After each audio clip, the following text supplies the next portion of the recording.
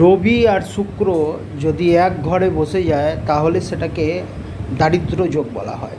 তোমার ছকের মধ্যে যদি রবি আর শুক্র এক ঘরে বসে থাকে তাহলে সেই দারিদ্র যোগ, তুমি সারা জীবন ধরে কষ্ট করে যাবে, তোমার দারিদ্রতা থেকে যাবে, কিছুতে তুমি বড় হতে পারবে না।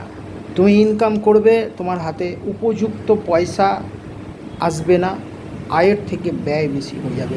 এই দারিদ্র যোগের জন্য তোমার জীবনে তুমি কিচ্ছু করতে পারবে না। তার জন্য রবি আর শুক্রকে ঠিক করতে হবে। শুক্রকে ঠিক করতে গেলে শুধু যে তুমি ওই পাথর পড়বে, হীরা পড়বে, বা রবিকে ঠিক করতে গেলে চুনি পড়তে হবে না, তার জন্য কিছু টোটকা করতে হবে। শুক্রর জন্য কালো পিঁপড়েকে আখের গুড় রোজ খেতে দাও, টানা 3 মাস করো, দেখো শুক্র স্ট্রং হয়ে যাবে।